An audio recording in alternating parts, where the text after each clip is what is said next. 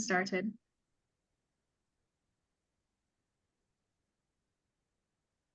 Hi, everyone, and welcome to our presentation. This here is a diagnostic report for Mainland Bank. We are Team Strategen, Ukamaka, Simran, Nneka, and myself, Alshadane. Now, Strategen Consulting, we're happy to share with you today. We have done our diagnostic report on the bank, Mainland Bank, and what we use for this report is different theories from organizational behavior and also innovative strategies to create this report. This is our agenda, which we will go through, and now we will begin the main part. Hi, everyone. I'm talking about what we're looking at is Mainland Bank. Mainland Bank is a very promising bank, which a lot of customers trusted their credibility and their honest in banking. And this bank is located in Nigeria, West Africa. The eye has been the eye of the customers, and they have a very good customer base, and they're very, very accountable in whatever they do in the organization. And they contributed a lot for the betterment of the society. However, the organizational culture, such as mission statement, core values, expectations from the customers' employees, was eluded by greed leaders. The leadership of this organization were into fraudulent loan disbursements to their personal individual accounts, to their personal portfolios, and their friends, and that led to the collapse of the bank. The issues within the Mainland Bank. The major issues within the Mainland Bank are leadership and decision-making, organizational culture, communication failure, and group dynamic and conflict. I will look at the organizational culture, which is the main thing about an organization, where the organization's culture is not met, and they're not being considered into what they're doing. For example, if the leaders of the organization are not really into look at the mission of the organization and the mission statement, the core values, what they want to achieve. But this organization they were not transparent enough to show the customers their customer base, their bottom line, what they have achieved. But they were interested in siphoning money into their personal pockets and spending it the way they wanted. And leadership and decision making. Decision of the CEO of this organization was not played down on the organization's portfolio. There were not the leadership of this organization wasn't looking at the principles and the controls of the organization. Decisions they were making was for their own personal pockets, the profit they're going to make. They were not looking at investing in customers' money properly. Then communication value. There were no good communication in the organization. For example, in a very good organization where there is good leadership, there must be two-way communication. That is the receiver and the sender. You look at the feedback. They're not looking at all those things. They were not looking at the feedback of the organization. They were not looking at what people are saying about them. And thereby, the finances of the organization was not really managed properly because there was no free flow of communication from the top to the bottom. Then group dynamics and conflict. Within the organization, there's competition. There was no good communication. There was a barrier which hindered their progress because where there's conflict and whatever they are doing is not really transparent. So there was a conflict among them, which led to the collapse of the bank. Why is this of interest? It's of interest to us, one, because there was total oversight in this organization. What I mean by oversight, there are some oversight that they're not intentional and the oversight that's intentional. For the Mainland Bank, I would say that it was a man-made oversight because if they put into consideration the compliance issues, the audit trail, and they look at, okay, the portfolios. Is this person qualified to get this loan? Why am I giving this person this loan? They didn't put all these things into consideration. There were no precedent subsequent conditions and precedent conditions before these loans were disbursed. They were just giving these loans for their personal interest and what they want to gain. So moreover, hence it was intentional oversight on this issue. Then secondly, there was no adequate risk control in place. The control officers didn't look at the portfolio. Probably they were so much interested in their own personal gains too, because everybody in the organization was looking at what I'm going to gain. They were not looking at how to invest customers' money properly. So all this affected the collapse of the bank. And again, loss of confidence and liquidity crisis. I will compare this to what happened in US 2008, which caused a global loss of fund, recession in the economy. Exactly what happened in this organization. People trusted them with their funds. People invested their money in them, gave them money to keep. They were misused. It was improperly managed. As well as in US in 2008, Lehman Investment Mortgage Organization was not able to manage people's fund. The CEO of the organization was really interested in his own personal gains, what he's going to gain, without investing customers' investment properly. So this affected the confidentiality of this organization. So in any organization, especially banks, people trust them a lot with integrity, and this causes a lot of mismanagement in the organization. Then strategic and management failures. Wow, this is a very bad one, because when a leader doesn't have a good strategy in place, because in every organization, there must be a strategy in place. Okay, what's our plan? What are we planning in the next 5 years? Where do we want to see ourselves? This was not in place. The management of this organization and leaders of this organization didn't manage the plan well. So there was no strategy in place. It was so porous, and this affected the organization.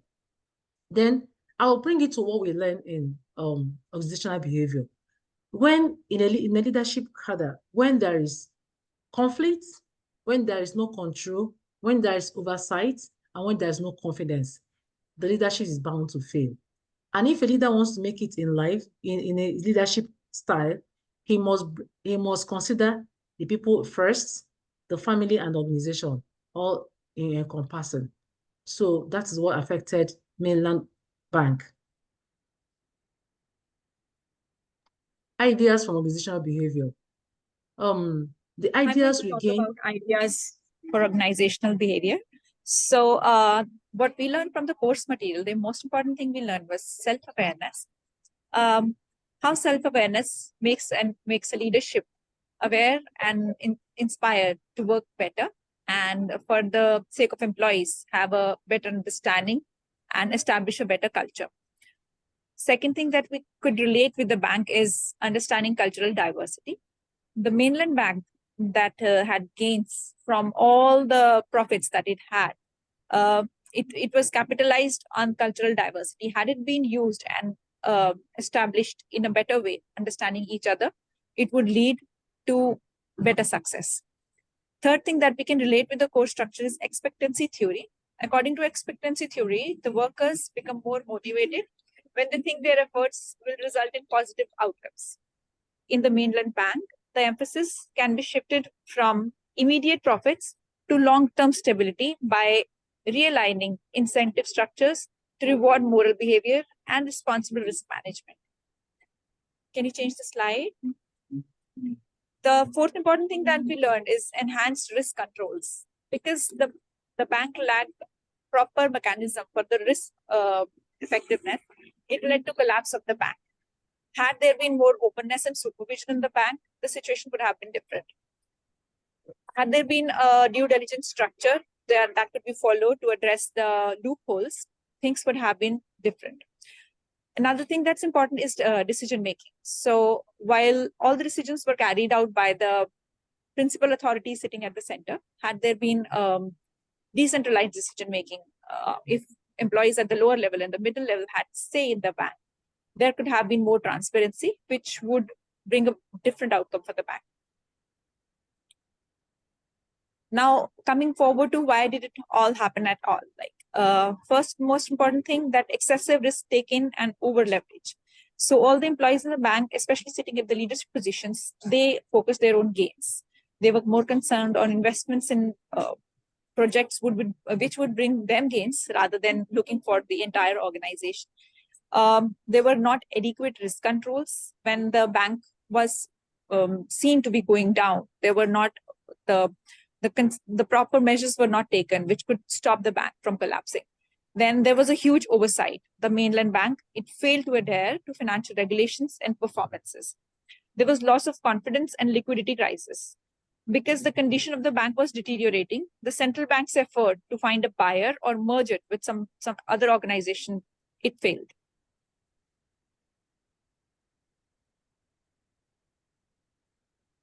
Thank you so much, my colleague Guru. So now we are at the point where we want to know the limitations and biases that faced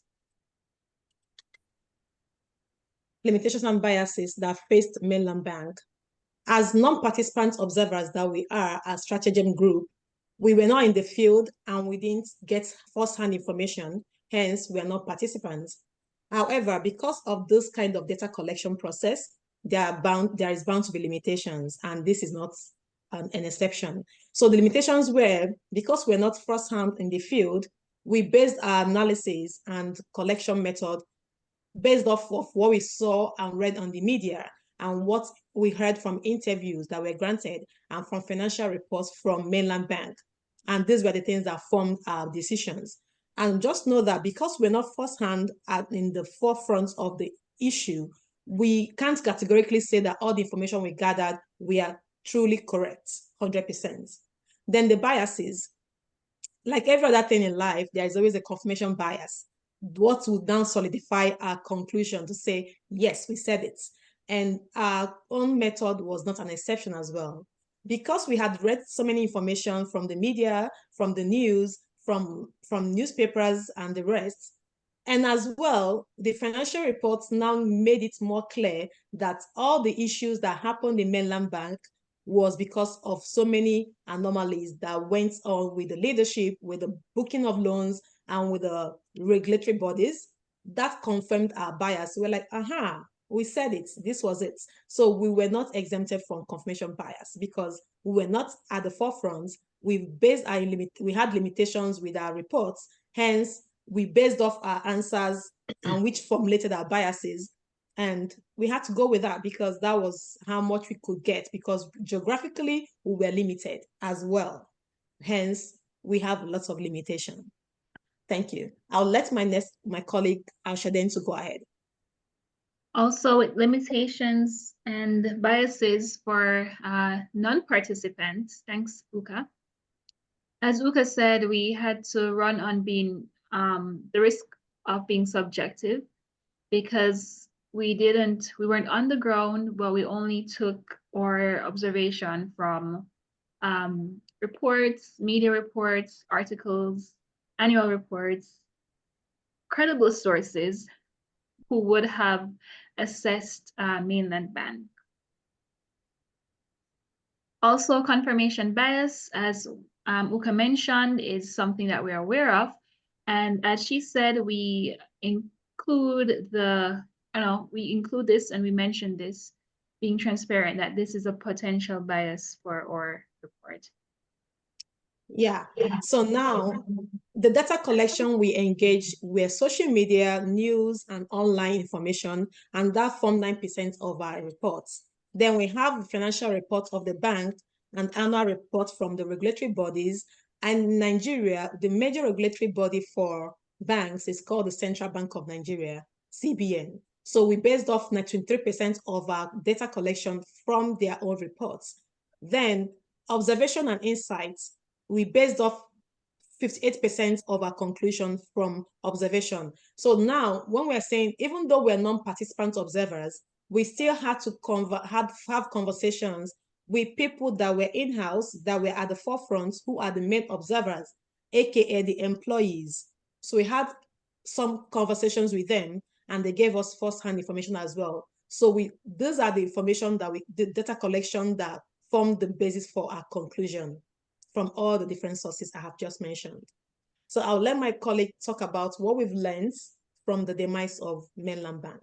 Thank you.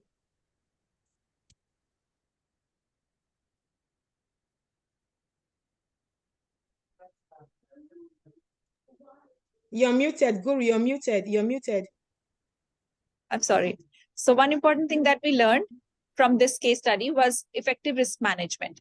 And leadership can play a very important role in mitigating any such incident that happened, complete collapse of a bank like this. So to restore trust, leaders need to become more self-aware and recognize their prejudices and make more moral decisions which are unbiased and free of prejudices. It is important to promote moral behavior at work and establish a collective environment where everybody is able to express and connect and have mutual faith in each other. And value-based organization, it grows more, it flourishes more as compared to an organization which lacks connection and which lacks moral values. Next slide. Yeah, what we learned, we can conclude what we learned collectively from this entire case study is the value of leadership, value-based leadership in the organization, and how we can attain long-term stability by inferring those values and installing them in each individual. Then power of cultural diversity, what role it plays, mutual respect, how it connects everybody, acceptance, which is very powerful, value-based leadership, which is rewarding and which leads to an ultimate successful and sustainable organization. The next slide. Yeah, Uka. Okay, so now, thank you, Guru, for stating all we have learned from this incident. However, we need to throw a little attention, a light to what theory and data mean. So most of the time, people base off their conclusion based on theories, but theories are almost like what is not verified, what is not put to test. And we can't, as a team, put conclusion on this incident without proper data collection. So theories are like hearsay, like a word of mouth, what people told you that you have not verified, put through the empirical processes. Now, that is what theory is. That's why you can see people saying conspiracy theory and different theories. These are people's assumptions, people's thoughts. But when it becomes data, data is proven and tested. It goes through empiricism before it can formulate a data. And that we have done by gathering data from the bank, from the financial report, from the regulatory bodies, from online sources, by listening to interviews, which made us have a conclusion that is foolproof because we have gone through the processes of verifying this data. And that is the difference between theory and data. I'll let my colleague Alshadane to throw more light as well. Yeah, thank you, Uka, for explaining so far. And as Ukamaka said, or the theories assist us to understand the evidence and the data, which also helps to give us a factual foundation on which we would have created this diagnostic report. So we were able to make meaningful inferences about Mainland Bank in order to put forward this report. So now we are concluding, and in conclusion, we have come to realize that Mainland Bank fell through the cracks because of lack of value-based leadership, ethical leadership, and proper following of procedure. And more so, we also noticed that even the people that were supposed to be the watchdogs against regulations, against policies, went ahead to fall trap of being involved in the anomalies, right? So there were lots of loopholes from different angles, from leadership, from different regulatory bodies, as it were, that made Mainland Bank become what we are going to talk about in the past right now. So we are referring to them as past tense, which is so sad. It is sad because they didn't come to the expectation of stakeholders, the customers' money are at stake right now, and they can get them. And they're crying on the internet every day because there are millions and billions of people and their monies are tied in this bank. This is so sad. And we have learned as a consultancy firm that if organizations step up and own up to their leadership and own up to the promise they made to the customers, to their clients, they would stand the test of time, because that is the essence of organizations, to be sustainable and not just to come and swindle customers. And if you have more of such issues, as a stratagem, as a consulting firm, we are here to prove and support your organization, to give you a lifeline of strategy that will help you stand the test of time and uphold customers' promise, which is your vision and your mission and your goal. Thank you so much for listening, and do have a good day. Thank you so much. Thank you, Uka, and thanks for joining, everyone. Thank you, Lauren. I will now stop the recording. Yeah.